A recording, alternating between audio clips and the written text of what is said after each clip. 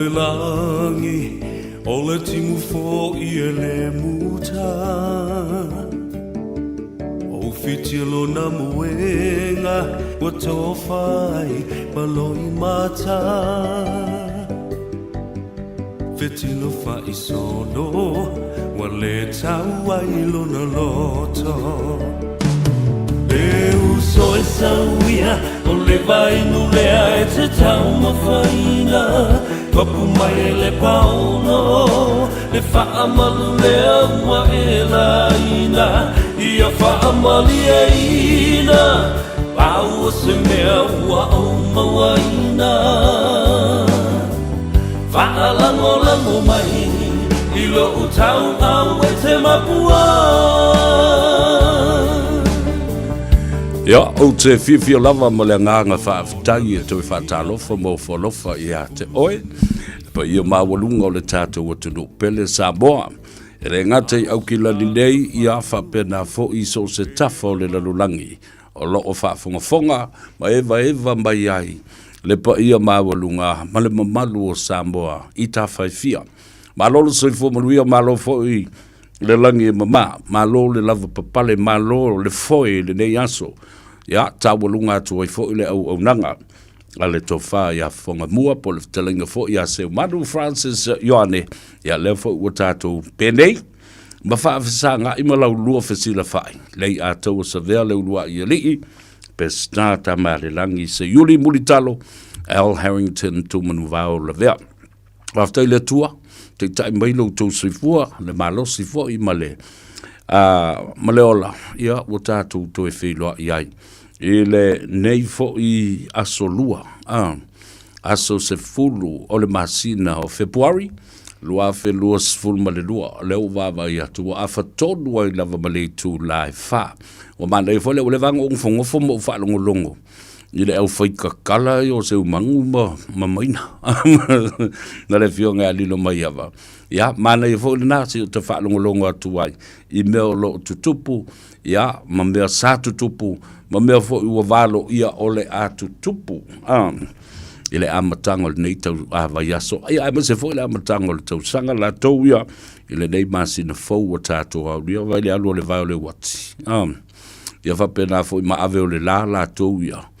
Ile le vau na ngā ele la ile tai au fau. Ala usu fo I Samoa I tiu te mawhaiva alo Filipa. Ia, au le o tato penei. Ua tū la lata I le mana vau ngā ruenga. Watu le whamalo ma le whaftai, te leinga ia siu Manu Francis Ioane, ia o le lava papale ma le onosai. Wale koe maua mai ia. O le lava ma te tilo mai li spito mo te vava I atu. Ia, ai o le mea tau, o le awa noa e whaatino ai le au langa ma le tautua I le tātou tino. Ia, ma lole ala usu nei tai au, ala seu fo I Samoa, o tātou tū la lata fo I na Gagaifo Faiva le atuno, I ngā luenga sa to tofi I ai ina ua ala usu le tai au, ala seu. Ia, ngā ele la, ia, ole mea la vai ngā I ele tangata la tau ia, ua umana to tofi I ai. Ia, o mea tā ua nā, o tātou tiute ma Faiva I le ma fai ona tātou tū la fo ai. Aia, ele mo ai se paka mas whalawa kami ki e ku ulunga lau. O se whangu susu fo e tu u te tonu o le pusa aisa. Ia mangi wha moa. Ka fwoi moe sa manuia lo wasu mo lo tai au. Ia lea wha ua tātou toi whei loa I le lofa mo le anga le lei o le atua. O wā venga ia e whaia e le atua. E matautia, e whaia ia te o e maa ui aso uma. Fitu aso le vai aso. Ia, ma le tolu se lau ono sful ma le 5 aso le tausanga. E whawhangu ai ia te oe. Ia e talo whae foi. I nisi ua fe moe le whai ngā malanga. Ia ma ua whai ilangi le tuli ngā sia. Ina ua le whai e le atua le wavenga le nā ia te oe. I le tai au. Nel nā le ino whai atu. E ui isi wavenga uma ua whai. O le wavenga le nā. O le whamoe I a te oe, ai toi whawhangu I a te oe le tai au pō. Wholinga I le tua, ia, ma tātou mana tua I loa. Momoli la au I whonga. Te tolu foi, ua mai ai le tai au. Tiu te masani o le tātou le li awa o le sunga ia ta vai ia malona au va ia te tala alo ia le malu o le tai au ia ma le talo sanga mo lia e whafta ia le tua e mea o masili wa ia whaia mo i tātou o lona alofa ia o ia whaatafi tafa ai ia au vale ma ia wha moe fo i pe au langa vale ia wale soifua whetaloloa i o le atunu u i o tātou tiu te ma Faiva masani ua te tofi iai whatula ula i le pa ia o le tawhatolu o le vādu nofo Samoa pa ia mamalu wha le malo pa ia fo i mamalu wha le anganu ia ai matua le tuu ia te utou au whai ngā ruenga te tofi o le atua i whata whaitaulanga i fia ia i so o se atunu ta lolo la pa ia i sa ma whai ngā o Samoa e le ngā whatauri maina i se tala le i atua sa vea manatu a mai ia ona pai paulu whanua mai lava le tai au se io o mai fo i a tia ia mau o mai fo i le tofa i a se umanu o le mea lava e tas tātou se ea i le vaa le nā ma le fola le nā ia awa e alua le taimi e whaalau ai ia mau o i pa ia i sa ma whainga o le atunu e le lilo e le landu e rei vau se tautai mata pala na te toi whaangota sango le ngole iai o Samoa ua mai o na tofi mai o nao se io o iona iu mai maunga te tele se io o i maunga iti ia o le nā wata oto ia ao o whale upolu o tofinga o i lātou ma lātou matafa i oi le nā ma le tiu te osi o sipea o upu e tausi ai le vāna nofo ma le vāta ngata o Samoa ia alor soifua manuia ia te utou tamam tina mātutua afe atu foi e whaata lofa mo fo lofa ia te oe ma le wha moe ia sa manuia foi lo tai au i lo foi ala whai ma maleifua mai i ngā ruenga masani o le aso o le popo mango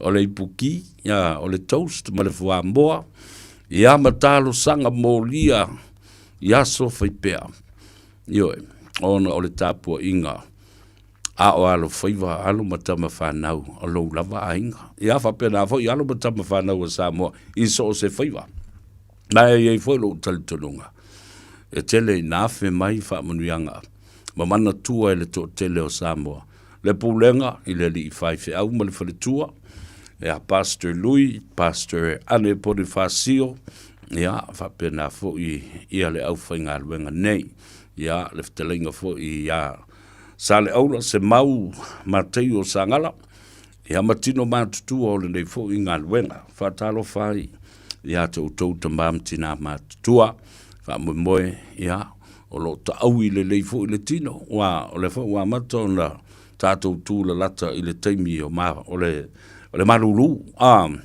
ia ai o le taimi ma le tai sau fo i le tau la tau ia le tau malulu ia mai fo i ona mai ma ona ngā singasa le fulu o le tafi o le isu ma le kale ma le a uma isi fa mai fa pena ia ai tātou te fa moe le tua ia ma fa moe lau fo mai e te alu e vai ia mai fa moe mai ale a tau sa via la koe vai sa vai o le ola a koe fui vai ai oe e te malusi ai mai nu le leila o vai se le io o la vala ufa soa ile tamba ya Hans Webster a te pole io e o tu lau pusa vai le aso ata au fatalo fa Hans Webster male fale tua male no falo male ngali i Perth Western Australia ya ye fo nisi Samoa lo la papa au na wa te lo ia wanga ia le to telefo yo tangata sa no fo New Zealand nisi sa au mau i Victoria i Melbourne Brisbane i Australia Sydney ia wanga i fo i le la le fo i male matangi male vevela o le Australia sifo Western Australia fatalo fatu so sa mo lo o alala ma papa au ina ia ma o nofo mawai fai ai le atina ia male ainga ia ai fatino lava le o nanga male tautua ai tau malele alo o faia i Samoa i matua ma ainga lo fa muli mai ai i o tātou lau whanua ma ele e pele i le loto Ia, ai le sau vai. Wala ule a tau se whea, o lua tasi, lua iwa wha, fitu iwa lua fitu, ai maise lava i la tau ia, sa nga i le tātou whale lole, sa ia ia le tua fine ia o nive, malia, ma le teine o mareta, e le i taunu umai le tā whaonga ma le vanga, a le tua fine ia nive, ia, ma le tumaitai o mareta, mai au se tālia na o arikilisi masi, tausanga fau, whailonga ai maaso soifua, o le sivaenga. Ia le la, ia o mai ala, le la tā whaonga, e la tau masano o le makitil na, mala o maile i atau se vea olu o tasi lue whawhitu iwa lua fitu, a leo le na, ia na utou sila fia, le meolo i elfale tua ia beka, ia wapea fo i le fionga le saoli, ia tuala tau wātau pa utino, Sfulutolu Lappington Road i Otara. Ia, ona o mai leo le whaatalofa e lunga le tātou apia fōlinga, tātou Facebook page, ia whapea fō le tātou YouTube channel, alo leo na sai. A vitai le mafuta mai, a fio mai, tala mai, ao, susu mai, si kako eva, foi ma fai kako ki finga e pio le masani ai. Ia tātou o le ata ma le fifia, ai ia manino ma maala malamba. Ma tā upu tātou te tala noa i ai, ma whasoa i ai. Awa, o whamtalanga, o se tūlanga tā uatele le mālama lama o tangata i mea lo tupu, e mālama lama loa, whaingo fia loa o na lātou whaia i a whaai unga, e manu i ai o lātou a inga. Ia, whatalofa lai nisi, o lo o asia i tātou le nei fo i vai teimi o le tau sanga. Asi mai le amatanga le tau sanga, ia po lo o tāwha whaupea, ele i o a le kaimi, e fia o ai i Samoa. Ia ta whao ma le ata mai, whai mai tango e siaki lo tus folau. Po o le nei pea lo visa, po iai pea aso lo whatanga i nai, o e te vaeva le lau whau malu, i au ki lani New Zealand e. Pe o le teimi e tau e ntoi whaile extension, whao popo isi aso. Ia po le o fo lava i le teimi, wa ta tau loa ta pena lau ato. Mai alu. Ia, mana tua fo i lena i ele wha abriango i tātou o le lua tau sanga. Lua sifuma le wha masina o le multiple visa. Ia, ele ai a se me popole hei pēa. Whaile stamp le na. 24 months. Lona winga e lua tau sanga. Leo ngā o le multiple visa na so se teimi. Umaina tongi lo pasese, e oso le valele e sau, e koe luaku, e koe sau, e koe luaku. A le bela lea, wa le tātou te whi nau, i le meo le free visa fo lea. O tae au la leo te whaalongolongo atu, ia o le a malangai, ia le fionga ia nae, ia le tama le taua ana, whapea fo i nisi, o tamali, i o whaletua matausi, o tupu mai o le atunu, le tupu langa tala vau whapena fo ni tātou au whainga luenga le Radio Samoa. E malanga fo i le aso atahe au. O te leiloa po le ale whaatulanga ina mai. O le whaata o tongo le lātou po le kalame po le mea, wana o se solo fo i le oe. E whaali e tuai, le to o telo i lātou e langolango ina. Le au mai o le free visa.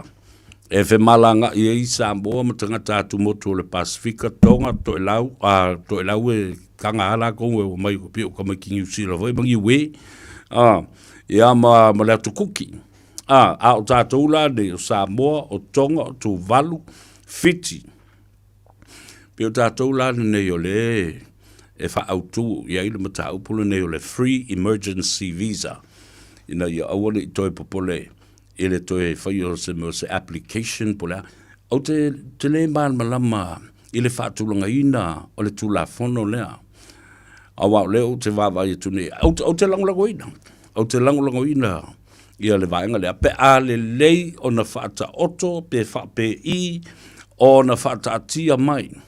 Ma whaata senga, ma whaatulanga mai. How do you get your visa? Is it you just hop on the plane and get to New Zealand and then you get your free visa or emergency visa from there, right at the airport, Alvasidila.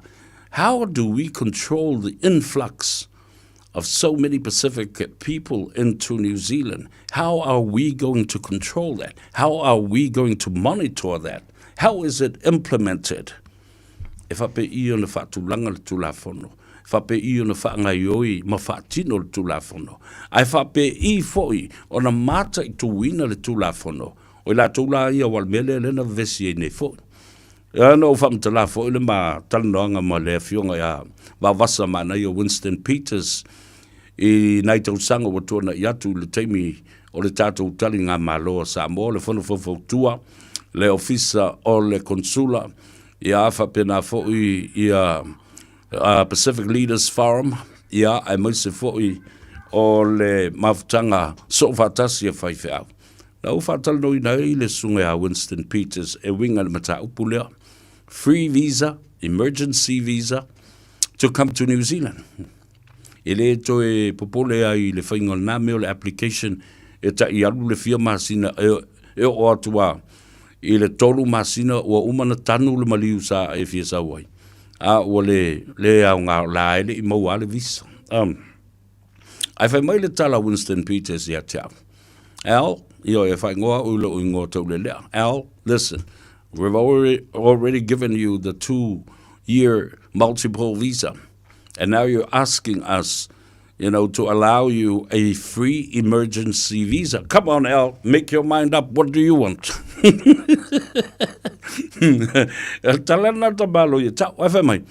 Well, okay, here it is. It's going to be beneficial to the Samoans and the Pacific community. And what kind of benefit does New Zealand receive on the other hand? Wow, let's see that million from Winston Peters. You are the culprits of this piece of policy. Meo tātou, tangata soli tulafono. Tātou te le tau sisi I le tau singo le tulafono.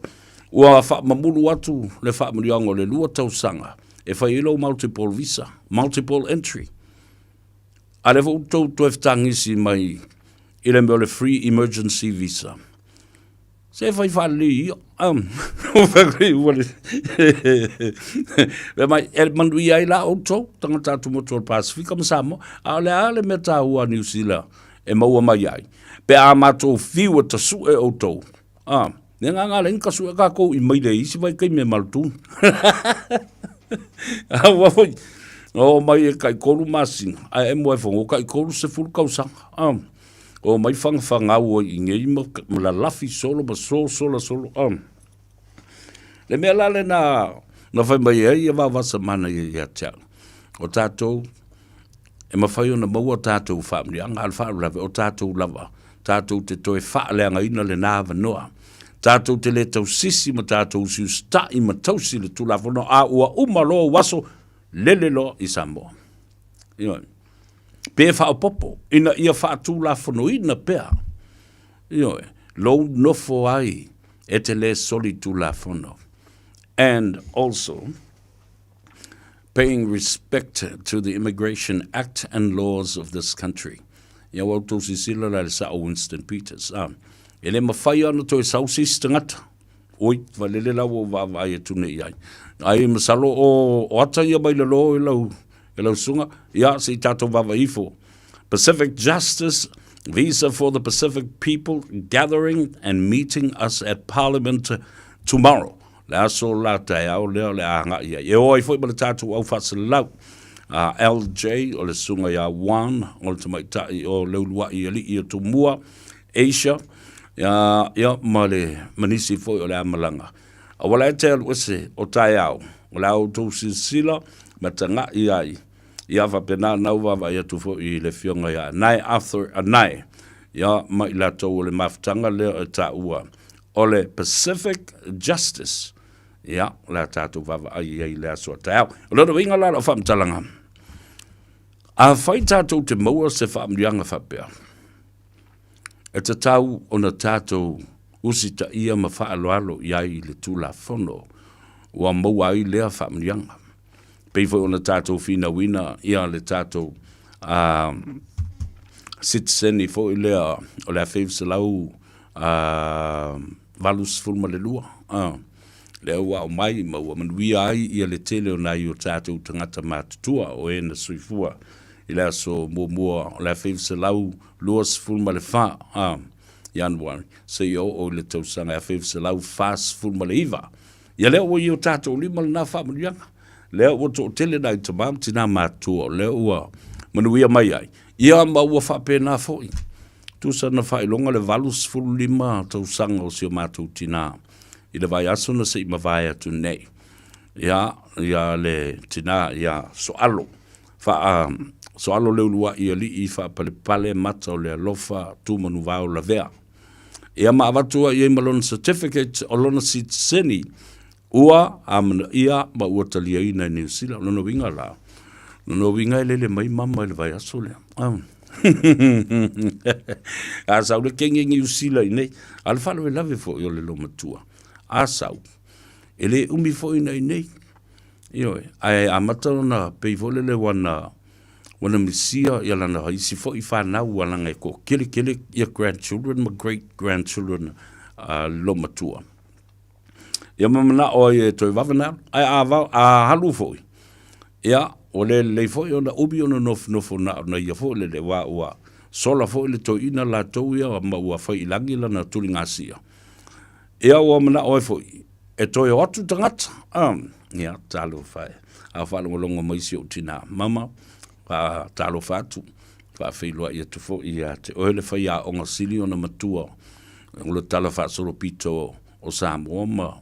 Nei meo a onga, o mola sile fia le atunu. E o mai le teimile nei. Ia, o a inga nei e lua o lo tina. O te tonu o lona fale. Ma lona potu a onga leisi o na a inga le na. Those are her two homes. Our home with the family. And the next home is her classroom. Whaaluana retire. Ai o mai ate tai o le kalesia o le aonga I pesenga. Polo kolisi fo I pesenga. A Yesu Keriso lau pa iwa asonga tai. Matua e watu lo matua. Ia, alula ia fai le ingilisi a Don Bosco. Ia, to e watu le universite a wao a le papa I ngala a Samoa. Ia sau malolo, ia malolo I to e alpa. Le ala o talia ina nei ele National University of Samoa. Le a uina ai o polo kalame fo le whakerisiano o mata upu whakerisiano. Not necessarily a particular or a specific denomination or a church. Tusa watawa o whai uma o meo mata upu sili whakerisiano e winga ele tamaa. Le tua le tama, le tua le alu, le tua le nganga pa ia. Ai le o whape ai, o le loko pope, o le loko mongi, o le taiti, le apo le metisi, po le alafa. Ai o mata upu vai wha kerisiano. Ia la fuko e alu, lo makua e. Ia. Ai o whai atu I o usa matua whawhine, o le whai. O le palafu o sisi alu matua, tuo pia I e alu. Mahalua maavela na tavale. Walu suli matausang. Alai avela na tavale mahalua ia. Vai kube pe as alua as I boa se leo. Ma faisanga tiki pe loka kuai. Ko kiki nga maua leo oese. Ele maua nga mai o mau fa kor. Pe o mau fa ia. O fato la le tala leo ia te oe. Len fa mai pe isa o leisene. Tu atu ele o leisene. Fa mai pe faisa matiota fa tu ele ai ele faisa matiota o masau le vai. Ia I will te ile fa mai o leo ia te mai. Sister Lavea. Ia te ilo maloma tua awa e lo tina. Ile ngole na fa ngwa ile ta o Mrs Lavea. Ai lo tina. Olono winga o se tamai titi wa o ngwa na fa ngwa ia fa ia onga fo ile ale kalesia. Fai o se tane o brother who po brother Seumanu, po brother Mariner, po lava o tamaita ia fai ngō sister. E te ilo la ilo lo tina fa mai. We, o feke ilo ma ilo ingo. Ia e fai tu lo ma leo. Ia vai. Sfulu tau sanga wotua nai. Ta o iai lau vasenga. I pesenga. Ia. Fai ko lo la ilo le tala ale lo matua leo. o le ala mele te mana oi. Fe mai tala leo. O nai le lau le sene. Ta ua fo ile leo lau vai. A o yei le tu la fono lau yei nei. O le atu umalava e siri atu i le valus ful tau sanga le matutua o le lave feo i ta vale. E te tau o na o e to e mai le pepa e to e whaile leile siaki o lau vai. Mai le fo mai. Wha mao ni ai. I kere i kahu aso. E wha ni o ngā ai o kei a lau vai. Ia, o le lai le lau le sene. A o le pepa leo lau ta avalo le warrant of fitness. Wa levanga e wherua i whapenge i le. I se whainga le whaia wale le pepa lau ka avale. Al me la leo whatua i sesta la vea. A loe avesi si o lau li inga o Hawaii pe vili o ia fo ia savea. Mai se kupe ave whai la warrant of fitness. Wawa i pa o lau ka avale. Le wadi ali mai wae o pa e ana whawhitai a leo lo tina ia i leo ali malu po sto mai tai malu fo i le malo ia ai e whamailan tala o lona a nganga fia ele o tupe maua i nei meo o meo o le aveo se whaiaonga o le lomatua e se le pele o nei ngā ruenga i ate ia o lana atala ele ai seisi vala aunga sili atu na i lo le vala au ina o oe e avea o se whaia onga e te a o atu i ni tūpulanga a wa o tūpulanga ia o le avea ni te tai o malo o le lumana mātai au e le polela i le tupe a wangai kama i kukugi o ngai whaia a unga lua o Samoa i le telo tausanga o tuana i atu e le tutusa lo tutongi ma le tutongi o si o tina o le whaia onga e ke le mamau atu lo tongi ai. Ala mea lana e maari e. Whai mai le tala al matutina. O le whamriang siri lava mo ia. Pea whapea e tū le lei seisi na ia. A oa uina i sana vasenga. The most promising and most blessed feeling of a teacher is not the money that she makes, but it's the way that a student turned out to be a success story. Yeah, o sa le altala lo matua. Ya na tu oi lola ia lele. Ele teine leo ia silo matua. Alula ia leo umana la patai oi no faile warning. Anga ele fainga ruenga, anga ele faia onga e kia ua ulokanga oi pe kusi sau tiket.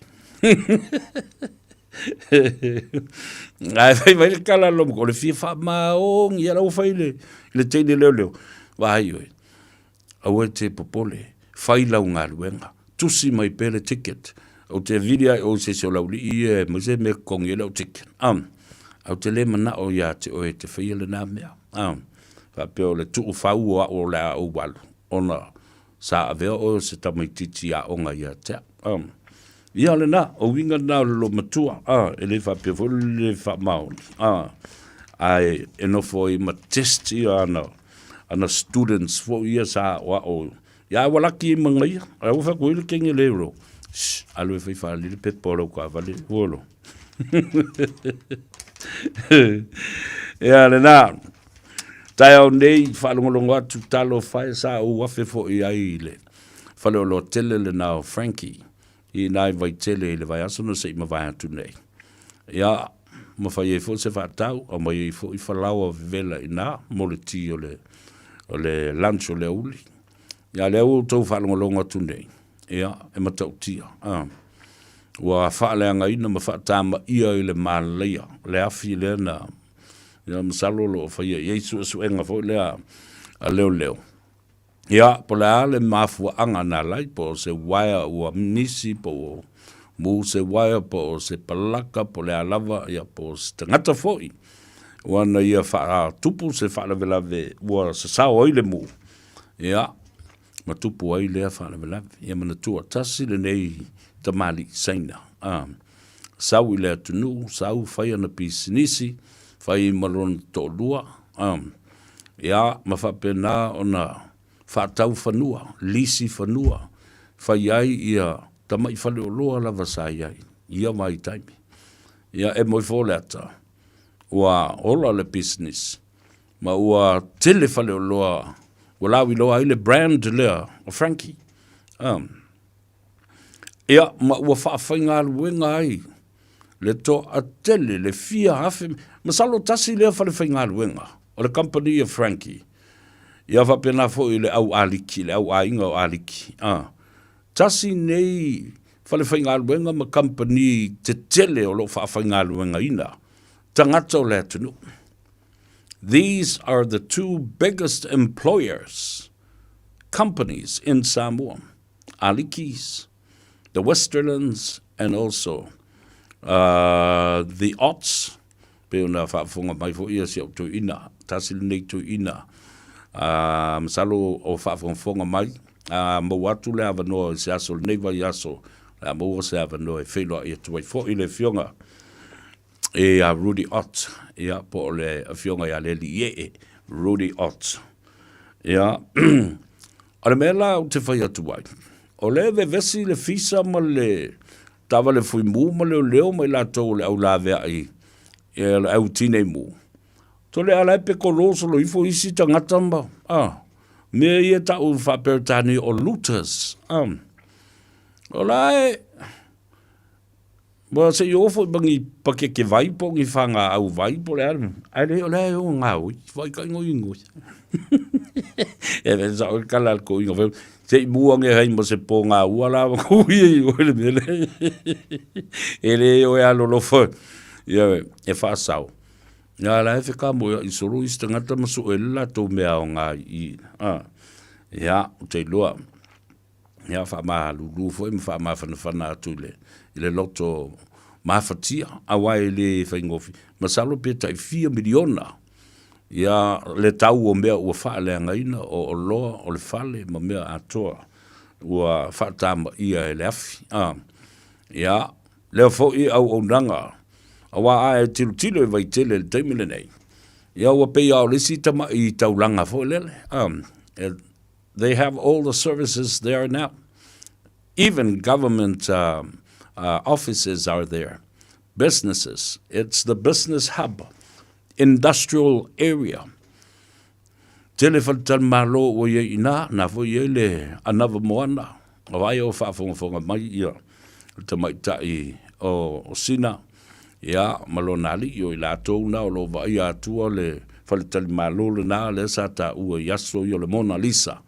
Ia le na ua sui le ingoa. Ya anava moana ai le ve fa pe me vai le mai I do fu pinga moe ngale di ingo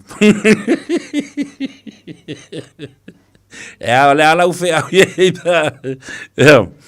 ya le na ya male te le lava o ye fa le tupe na o ye fa le ainga o ye business ma company na fo lo ye ina ia le vai lima ya male ta ua ia o ia no fanga ua anga ia ia e petai ia o le whawhita uli nana tula mai I le tai awana le la ia mau whatama ia I le nana fanga ia male talitonunga ia talusia ia I se tai au fau toi whafau ina I le na pisinisi ma le nā tina e sao ngā I le tōtele o le atunu ia ai mai se fo ia le whawhainga luenga ina o tangata ia mamaua I le tamau ainga le lei o tangata o lei tu malo. Ima tangata e o mai isi nuku mawhianga e o mai e ngā lua I.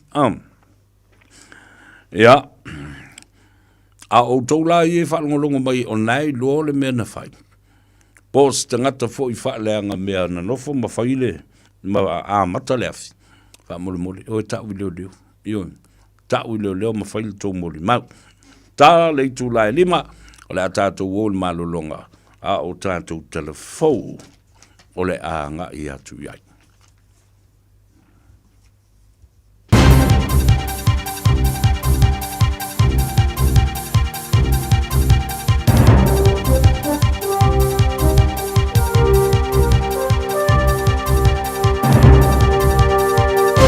In this update, the Energy Minister has repivoted to again call the levy he announced yesterday a levy.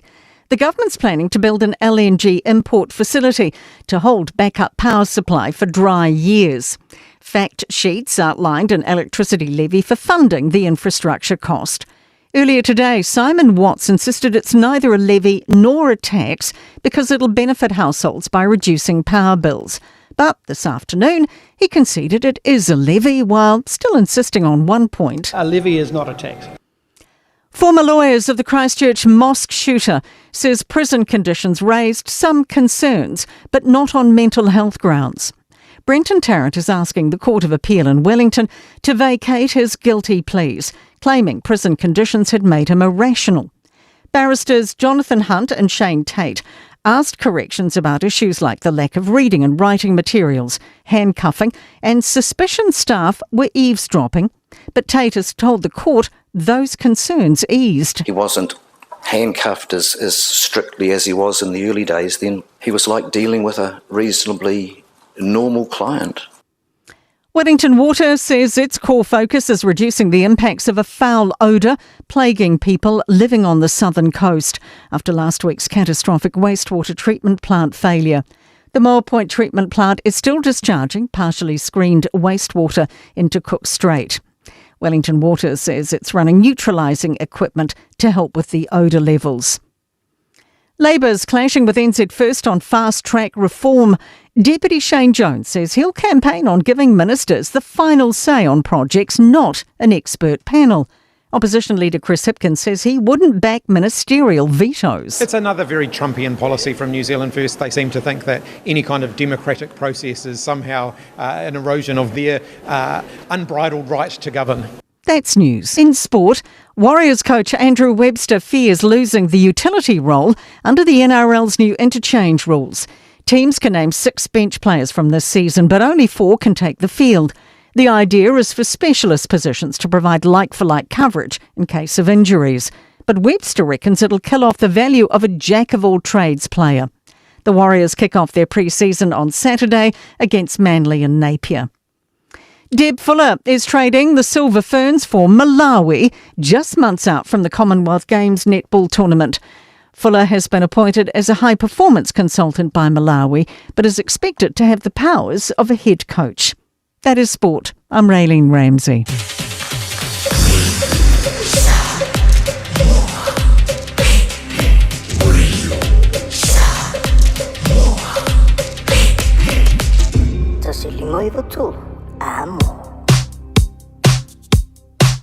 Sole vika se kei waru foi nga oe ngara mai foi lau ka ma fa ku ai te nga uiel kwa siki lava sikenge olo ala mai ko kongu wa makanga kumula kalapu se va ai po siki ofu ba ayo fa wonga bakate so kuma el meska tangu ia uma ku le ngange o muska kinge meska take away. Sole, sole, sole, o solo fiesida, o solo fiesida, kui mai fai música. Sole, sole, sole, wa makanga lue vai, penga mawala ska kenye, o seki foi tonight. Oh oh, susu maila ia, oh oh, lulu o vai, lulu o lima, oh oh, fa saulo kua, oh oh, pati popo, oh ale mawala ska kenye, kasiva pea, fa vai lungore ea.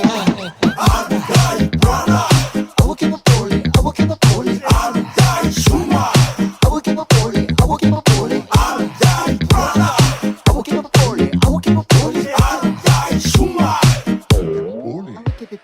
baila iai, la loca calo mai, pa calia koi, sola ko esa wai, I will keep a pressure uso, a lucky loca mangane. El lucky for oi, el lucky for yao 2 times. Sole, sole, sole, o solo fiesida, o kui mai fai música. Sole, sole, sole, wa makanga lue vai, penga mawala ska kenye, o seki foi tonight. Oh oh, susu maila ia, oh oh, lulu o vai, lulu o lima, oh oh, fa saulo kua, oh oh, pati popo, oh ale mawala ska kenye, kasiva pea, fa vai lungore ea.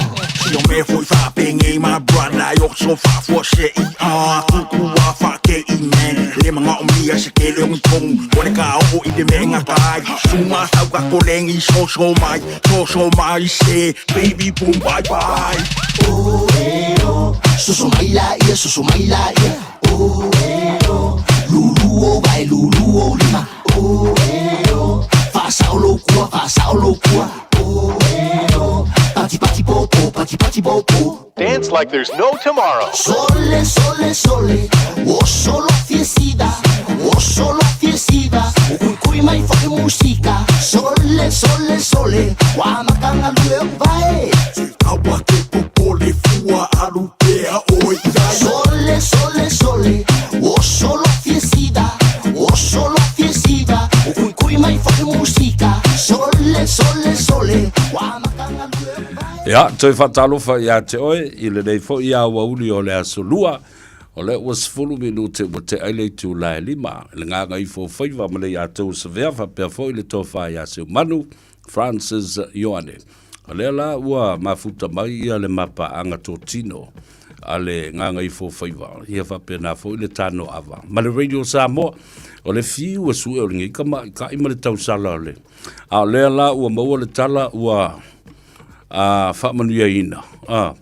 Ia, hatalo whatuai ati malo le soifua manuia oile ngole pepe.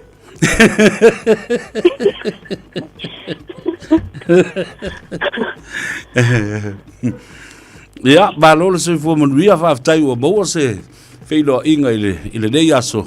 O misia la wafo ilo si ufonga la wafionga le tausala I lunga le tātou pola kalame. O amai.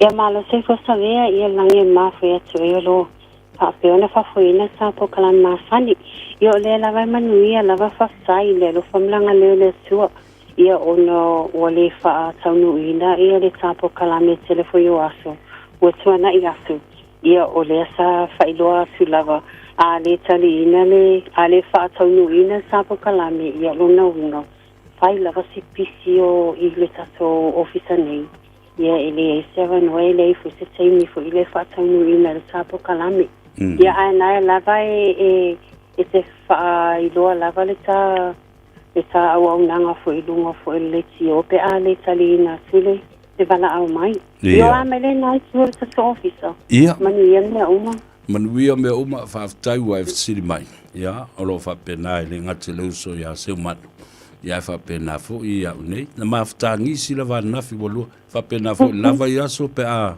vili atu oe tele ia maftangi sila ia fa ia ai ata hale li leo o se manu pa fo ia tu ia masalo oe wa fa wa manuia manuia se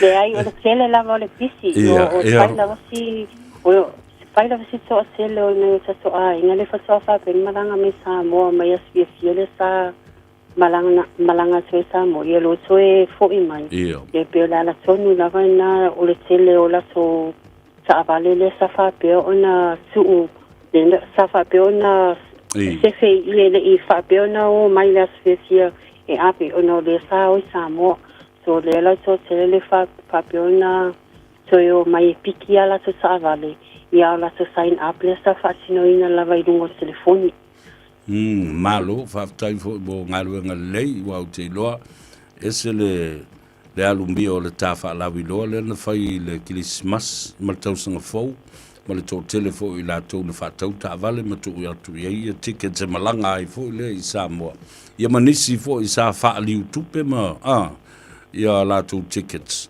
ia ma mo le Christmas fi mo ta vale fo mo le ti I Samoa mo le tupe fo o Christmas ia ma le tau sanga fo ia sa le betu langa na lo fa pe I ona pisi lava ia sa so office nei do sa fa mai aina lava ona sa so sa inga ia sa fa pe ona fa mani aina I sa so ticket fo ile de malanga fo I sa mo ma so fo mai ia malai se fo nei inga lina ave ile cash ia le fa to ma wa va no o mai pikia la so supe ia malo fa tai ia tapuni fo tato le tau le odo le FEB te masani la Ia sa o le tai masani lava e tapunia sa so office le tulai uno. Ia ai o loo iai lava sa so office lo whapeone so fie ngalulu e le po. I le ono se ia pa ia na nei le sfuma sasi.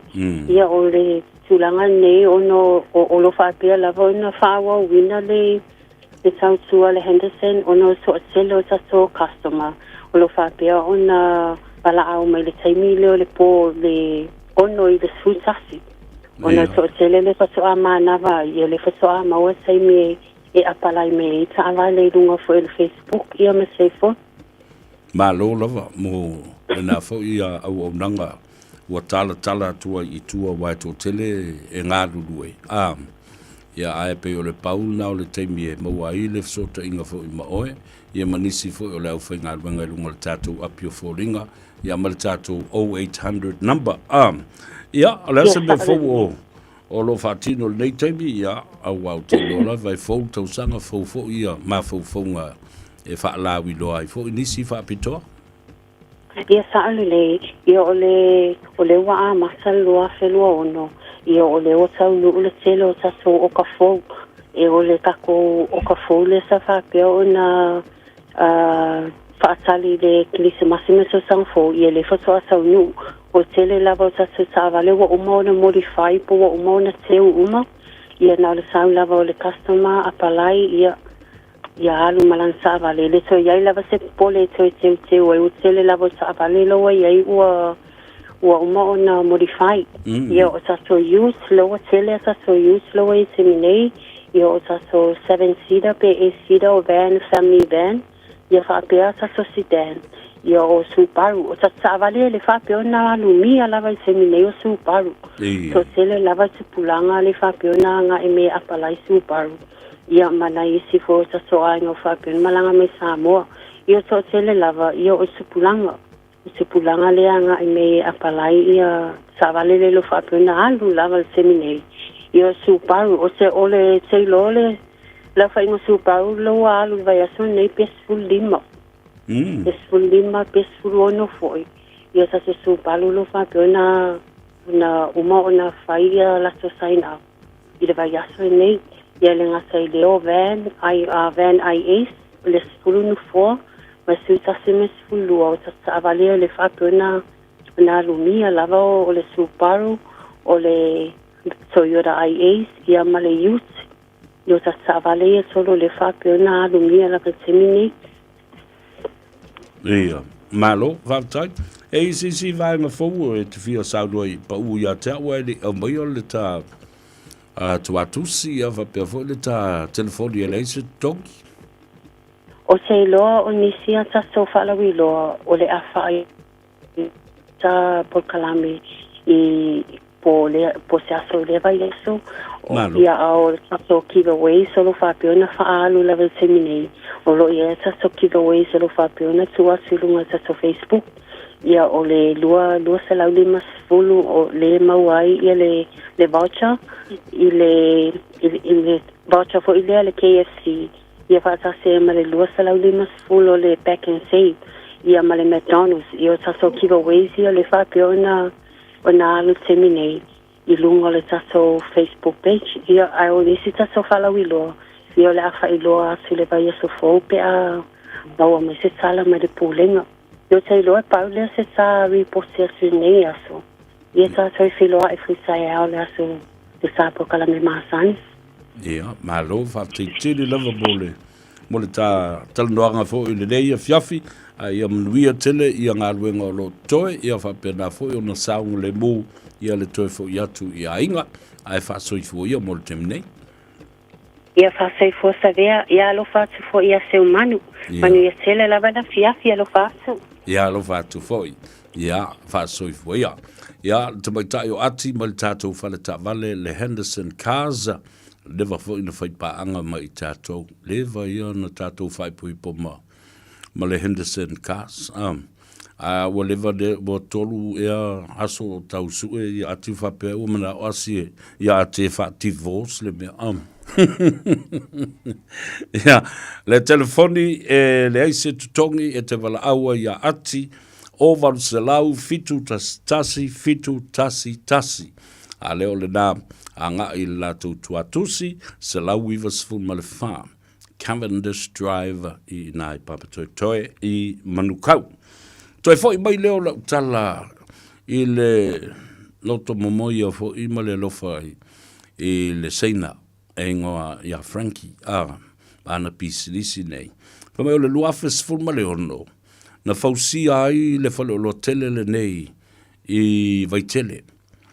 Mai tusa ma le se fulu miliona ta la se tupe na faalu ai le fausia o le nei fale tele ia ma le nei fo ia tina e tele ia ai o le me fifi ai ia e mo o lai mu ai kupe mu mai fo ima o loa ma isi mea whapena ai le istangata na mali wai i le whaana velave le na ana le la i le tai au ia moe moe no le atu e whai o sisi whale o loa le lei ina ale asi ali ia Frankie ia matoe mo wai lava no mo nisi fo i tangata e ngā lulu e ai ona o mai leo o la u fasoa ni mata upu leo wa e mata utia le tō whā manino ma le tō whā loloto ale fionga i le li pāremia ma le kapeneta ma le lātou filifilinga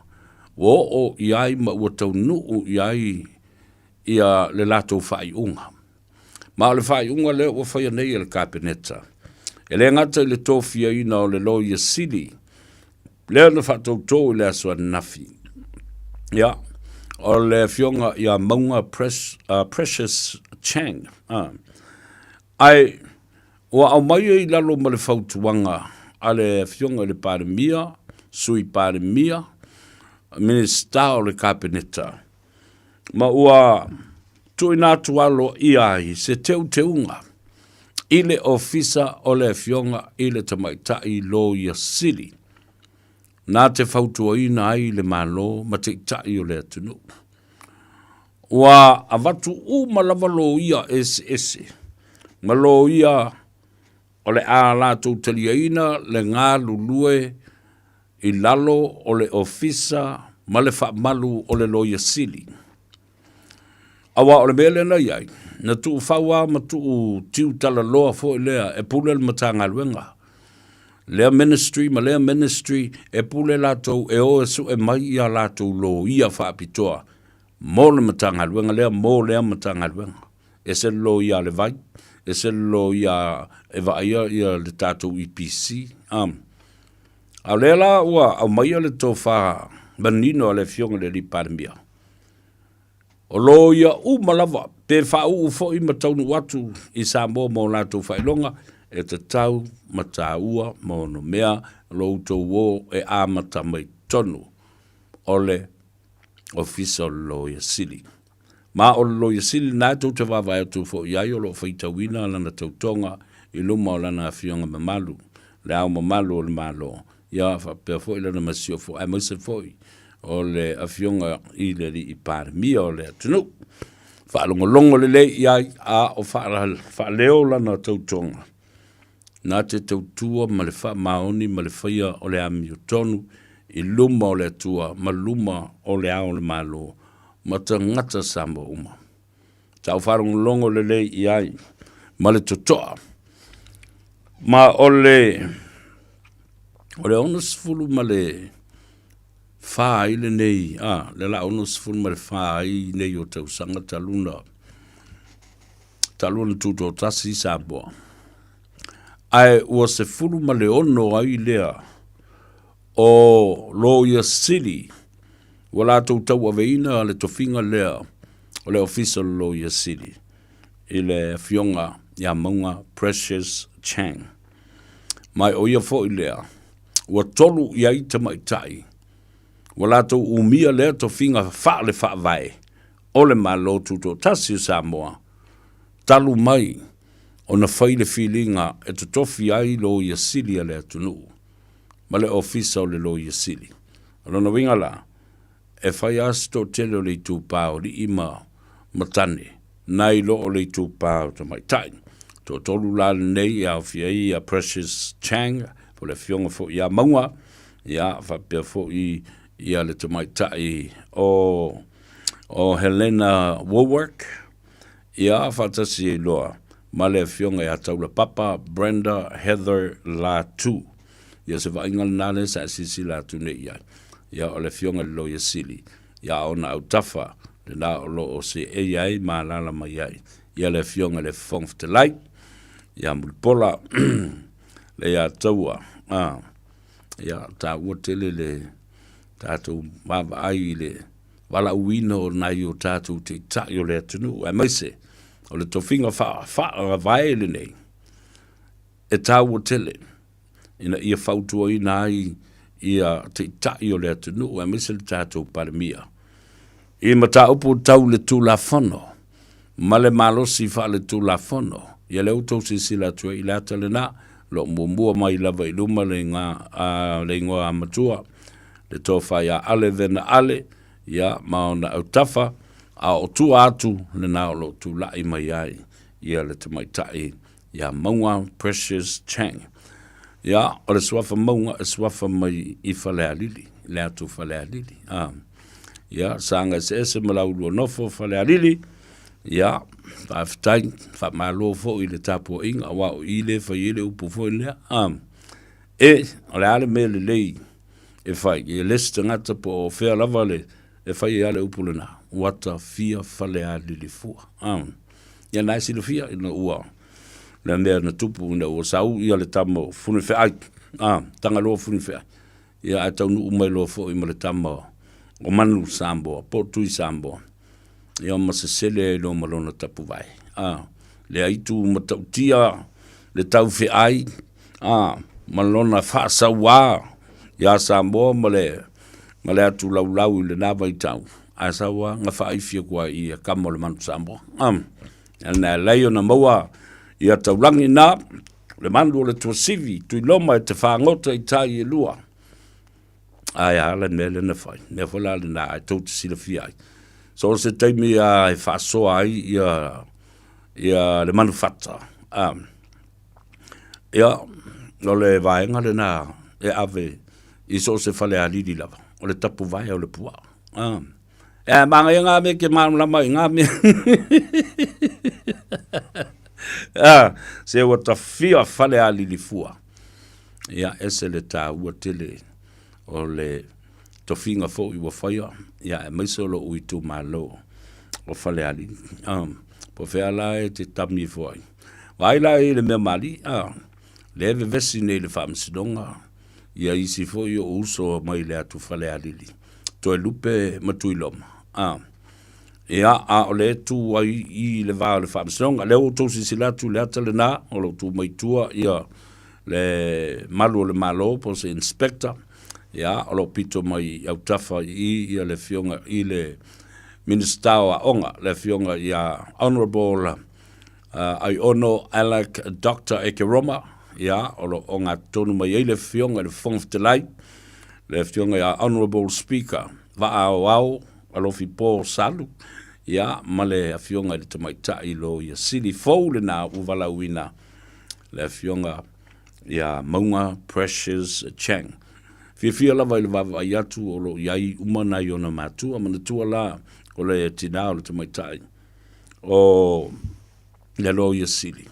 Ia o le afionga le ia siliniu, o siliniu Chang o ia lea, o lo aia ma whatuina, o le whatina lea o le tātou fo i whalapupatonga lea o le Samoa Victim Support, ia le utou sila atu ai, i le tamaitai o siliniu Chang, ia malona alii, ia o matua ia ma le tamaitai lo ia sili o lo tu ma le o ngā tutonu.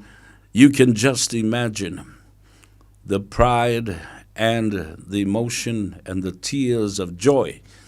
Ile mava ia tu au sia fo i stasio le whanau. Ia mas te mai tai o whasino ia ila ua o la alo. Ua tu la i mai e tau ave le to finga silio na mawalunga. Ai la ufai tau atu la ma le whalongolongo atu. Ai na ua longo tala ia le tamama le tina.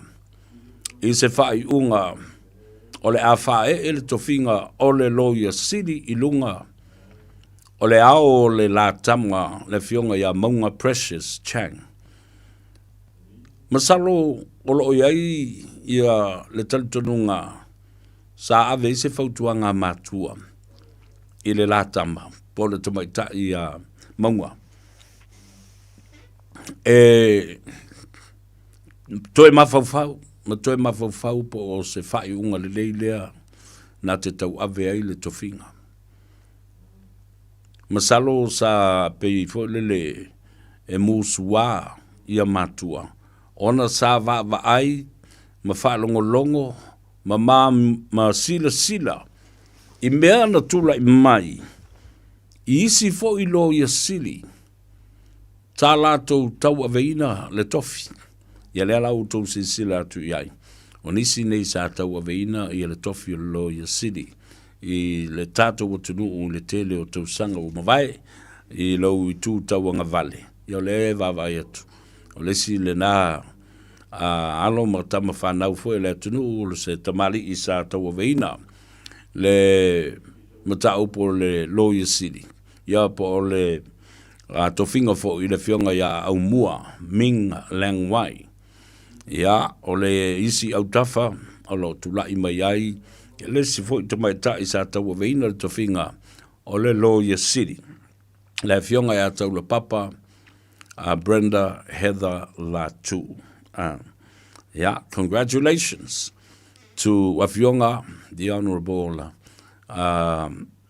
Attorney General of Samoa, the selected Attorney General, le fionga ia maunga Precious Chang. Ia munui au Faiva.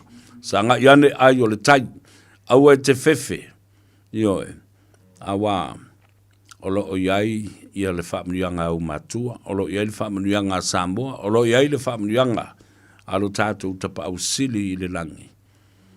I lunga o lou wao ma lou wala o wina. Ma lou wha o wina. Ia sa safe ni iu, ma ia tō manu, ma ia whātumu mai le langi le tō whā ma le whautanga. E ala i le tūla whono, e puipuia ma tausia ma whautua i nai. Ta i tai o le atunu, ina ia mautinoa, e sa vavali e tusa ma le ala o le tūla whono. The rule of law. Ia le nā.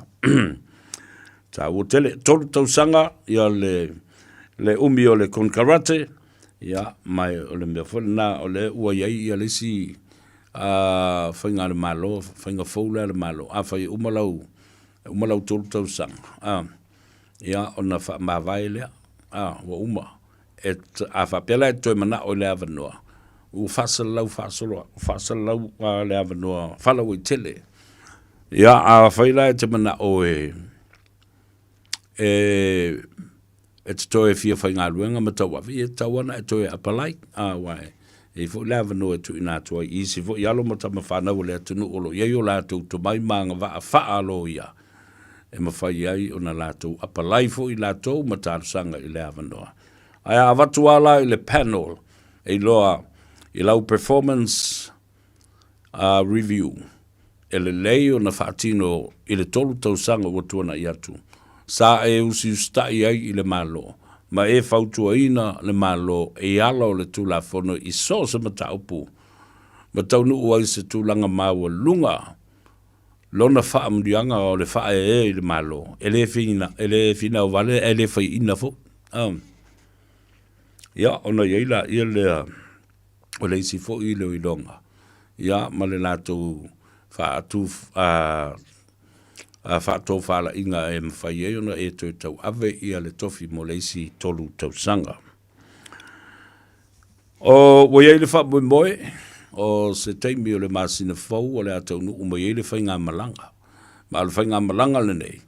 O le pūlenga ma le au whainga luenga, whatasi ai ma le minsta o tupe. Ma le vaenga lea, lātou te wha maupopoina, ia le vaenga o tupe o tausi mā vaenga po le UTOS, Unit Trust of Samoa. O la tō voi nei, o lea ua mai o na tō fia, e le pāre mia ma le kāpeneta.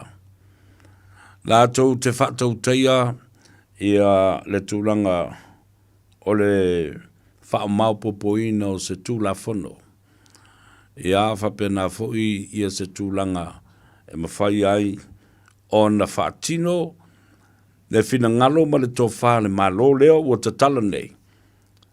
E whaatino ai ia se mawhutanga so whatas whainga paanga. Public, private,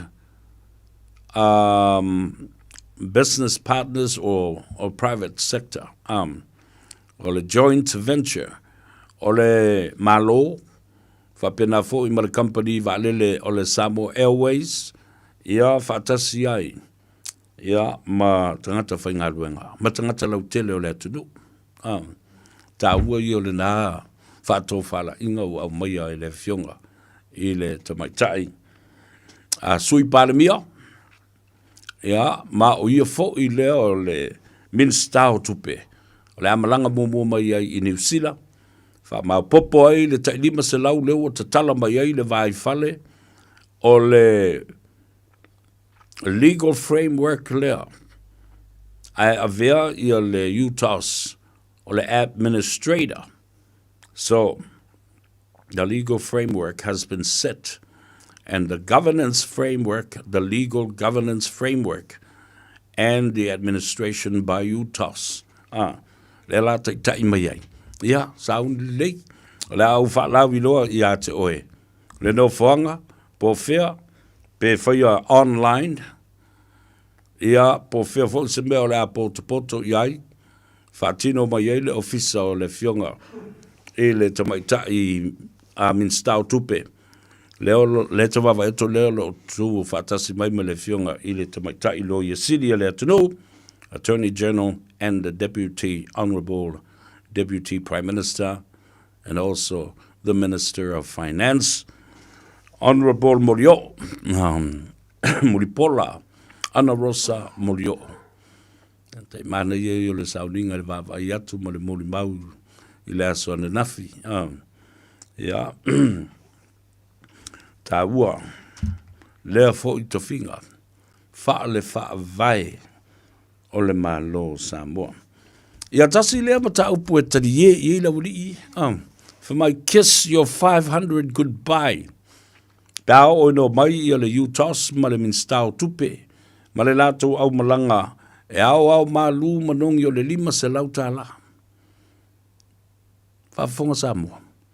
O lo wawa noa le nei, wa tui na atu ele malo ia te oe. E whai ei lau shea, whaatau lau sea. O se whaamnianga le nei mo oe. Ai tau te sila i tangata i e pisa mamunga mai nguku le awala. Whai mai e lea o ngā, o mea so e tupe ala ulu i mele whai. Ia so e tupe whawhea, o lea, wa ta tala atu le whaamnianga i lea tinu.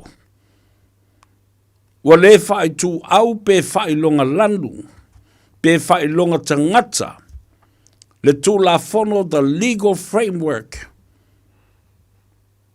to become a shareholder of the Samoa national carrier, which is the Samoa Airways. Yo, tai loto leanga nei tangata. Yo, wa mea o masau le loto ti ngā. I le mama le loto le ala le nā. E ala yo na le maali die. E ala na le maali die. Ua le tau nuu. Ala tau whaunga. E o mai uu le pule. Ioi. Mea le nā ua tupu le ala yo na feita. E le ua tau whalongo mai. O ta tala atu e la auli le avanoa. La auli e le maali e toa. Le pale mia ma le kapineta. This is an opportunity for you to become a shareholder of the national carrier of Samoa. Don't lose it. Use it. Awa ana ho'olo lava i le taimi e si i lunga, le maululunga o shares, le tau o shares. Tai 5 afe, tai 10 afe, tai 2 afe. Tai 3 tai 5 afe, tai 6 afe. Ona le mawhai lea. Ele small man, small little man. Ele mawhai lea le tangata le titi e whātau waalona te mao ainga. Ona au sia la le tu ainga framework lea gap mai ai. Le te tele ma le la iti o shares e whaatanga ona whaatau le tangata. E solo mua ia tu lepa, solo mua ia le ala, solo mua ia tu uto uma. O lo iai i nā, i le nai tu vai. Ma la uto media. E ki nganga whaafonga mai ko media ngare koko ko unku a e whaia. Lea mea lei ona whapena. Tau te le mana malama ma le loa whai se meo se campaign. You don't even know how to become a public relation officer to launch a campaign. You don't know how to launch a campaign. How to set up a campaign. O le oe mo moli le tā ua ma le to mai ma ngā waa tala whea ngai o tangata ia. Nā iei tangata awa wina ina. Ai tau te lei loa whai se mea. O lo tau manatu. O le wha ita o tu le epa. O le mea tā ua le nā. Ana sau ile o tu le epa ma lau lau vale mai i le atunu. Ma whai mai tala leanga. Pua o maile o moa. Mea vuma whapena. Anyway. You don't know how to bring out the very best in Tulepa. You can't. You don't. Because you don't know. Melana. So se teimi o I whaini whātala noanga. You will ask to bring out the worst ever in any of these interviews with that old man. Al me lau tu lai mai e. Wa pei o valea toi malinato ina i e tau visiri wha vale valea e wha il toina. Ona tali mai fo leo toina. Na o mea ve... Ya mea le anga e kari mai e papa stui. Ai tau tali e i ai.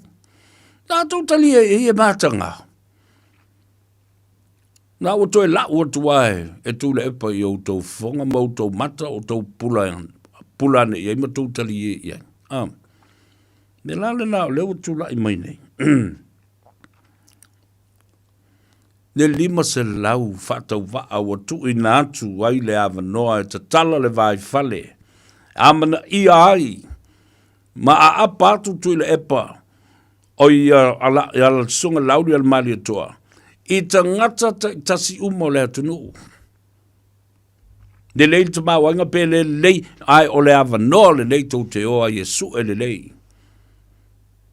Se lua afe po se tolu afe lau tau a inga e whaatau ai tau share si i ta tonu mai.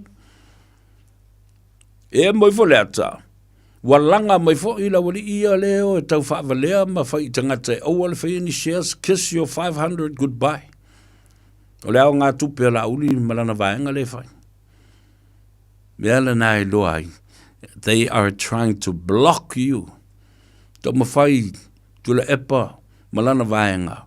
Ia poloka whaaburianga mo o tau Samoa o lo whaafonga mai.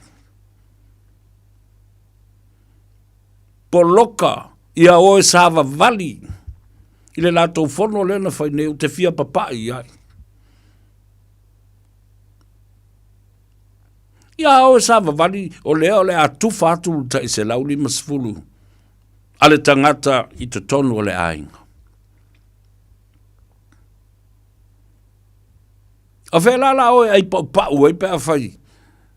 E usi ustai whamai awa tau te whaonga ina se lauli masfulu.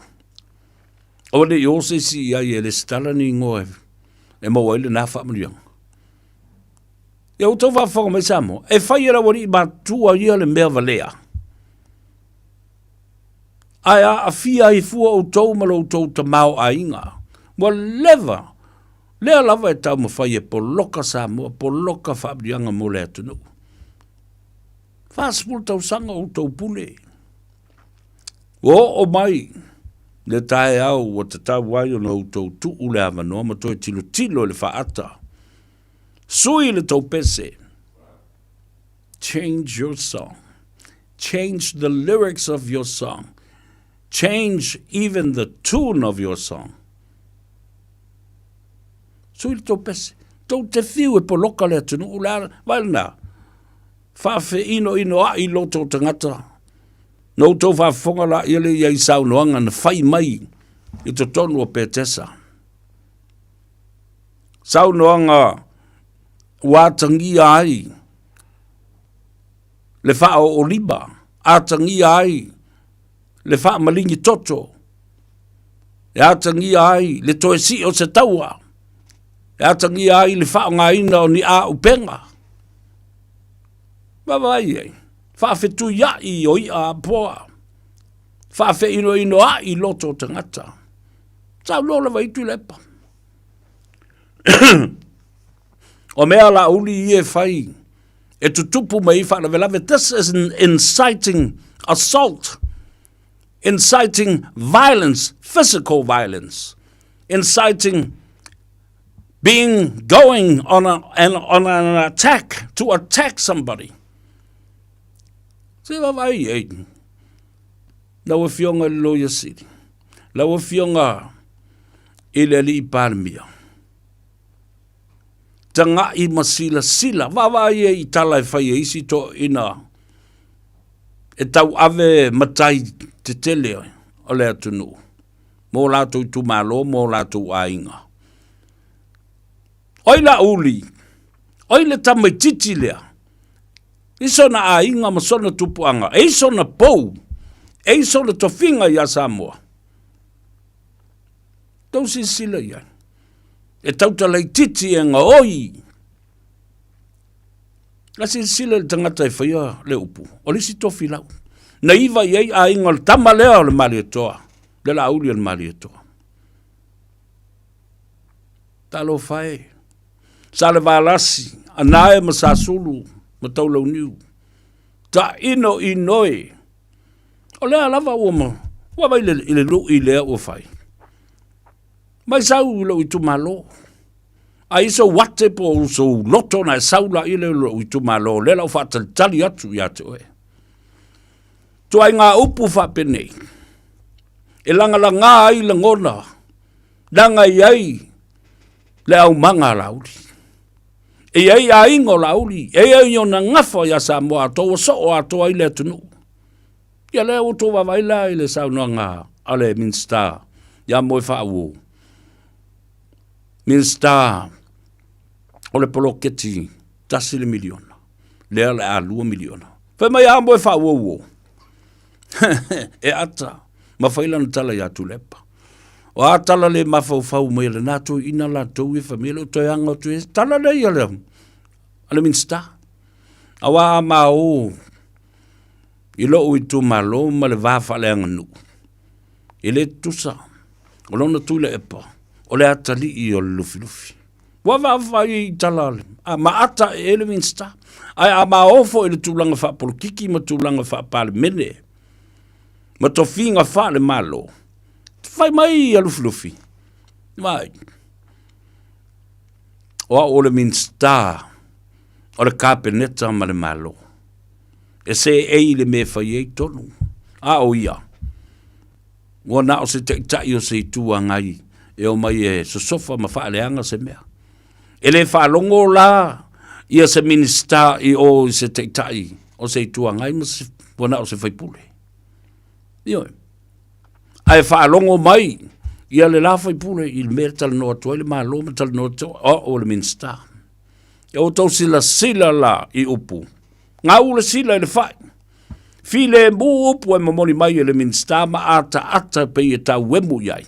Ai ma ai upu. Ma ai upu. Io. Ta ilo foi. Ilo la vea se anga ese. Polo foi se maa. Pe tutusa le tinga.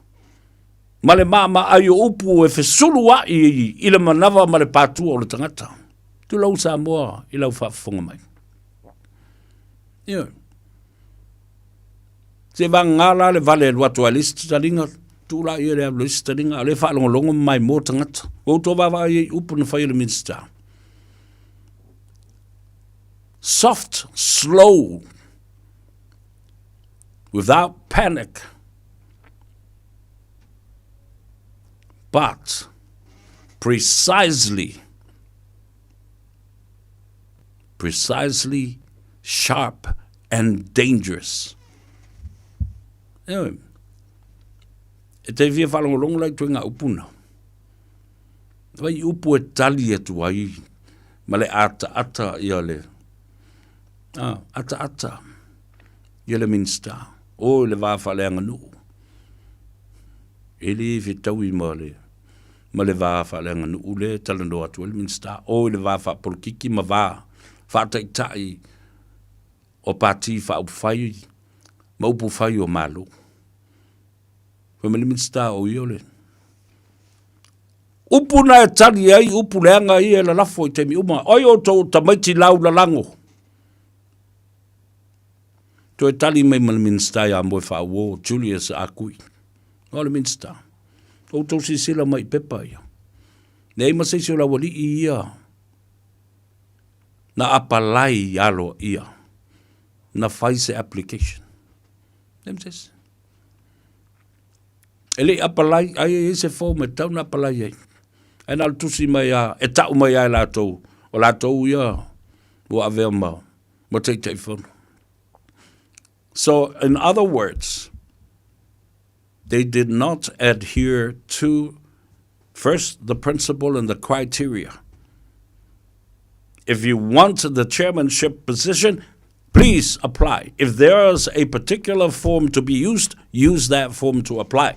But you don't write to the panel and say, I am choosing myself or self-appointed myself to be the chairmanship or holding the chairmanship position. Nā lau wha mamla malei mai ala minsta. So ia le tala pepelo ma whaleanga i fualangono tangata la tau ia. Ai toi foi mai lau tala i tangata ia na whai la unga i pētesa. Whai mai lesi tangata.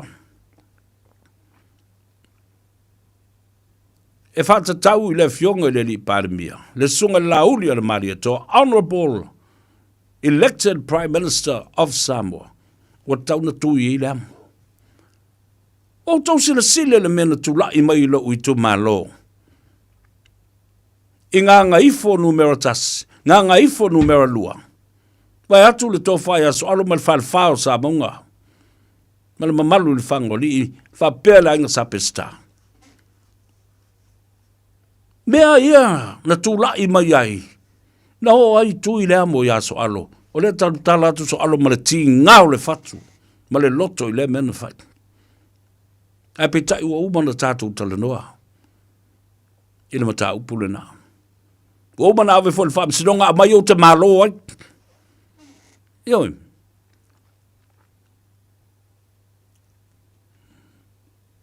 A lea la ua toi whai i. Inciting violence. Lau fionga le li parmia. Lau fionga ele te mai tai lo i sili.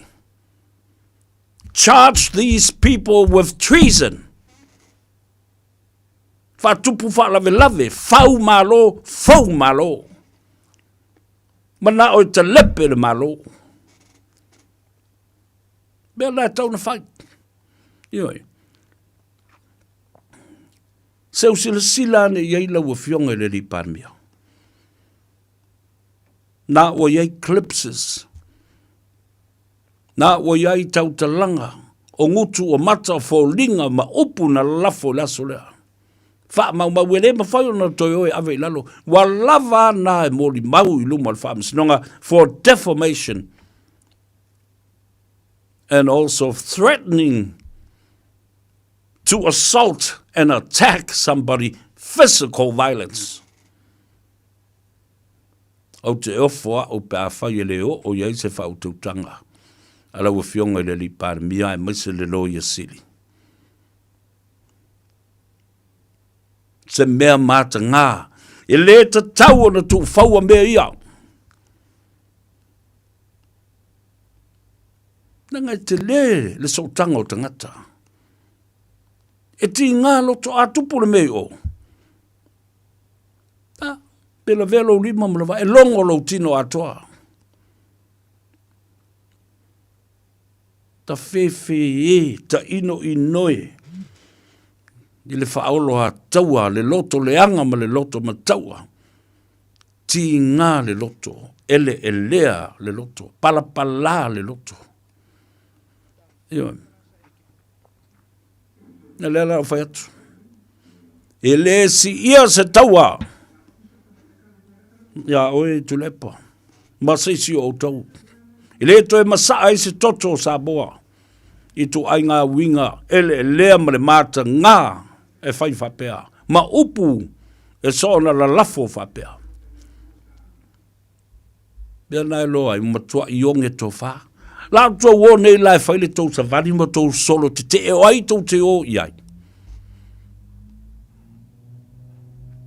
Whia lela au tō o e wha sāwa vali ma wha afu ai fua le lea ia tina ama ta mā mātutua o le lavalo la tō malos. Ao ai o tō le mamalu sa mola a fia sāwa vali i lea mea wha vali valea. Ai tō te leo e tali le tai se lauli ma se fulu le nale o le a. Fofola atu, ma momoli atu. Ai wale whai e listanga te whaolo ata wai o tō. Ai misi ai ma tau fia, ma poloka, ma tau mia ai whaamanu yanga o te tau o no tō tali. I le malo. Io. Awane ngalo upu ia leo te tala noa toa i lau fionga le li pārmia wha pena foi. Leo fisa o le tu la fono. Leo lale wha fonga le lei mai, lai la tau te malama lama le lei, i le tu la fono. Defamation. Threatening to attack or incite physical violence. E le o se mea le lei Samoa. E le whapea ni tū manianga ni te tai le lei. Ai sea, lango le tue te tai.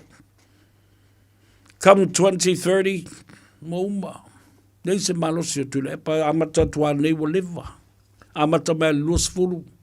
Lua se fulu, se yo mai le wha inga paloto, lua se fulu tasi. He doesn't care anymore.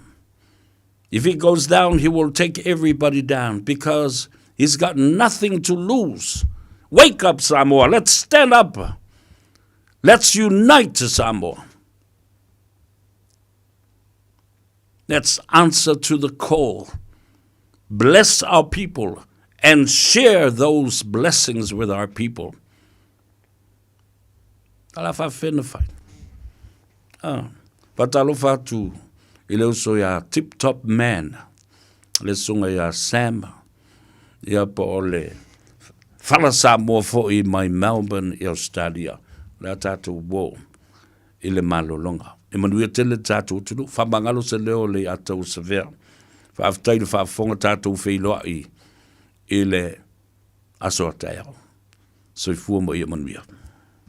It's summer, a time for reconnection and sharing quality time with whānau and friends, but a time that measles can be shared too. It spreads easily and can cause serious illness. Before you visit whānau,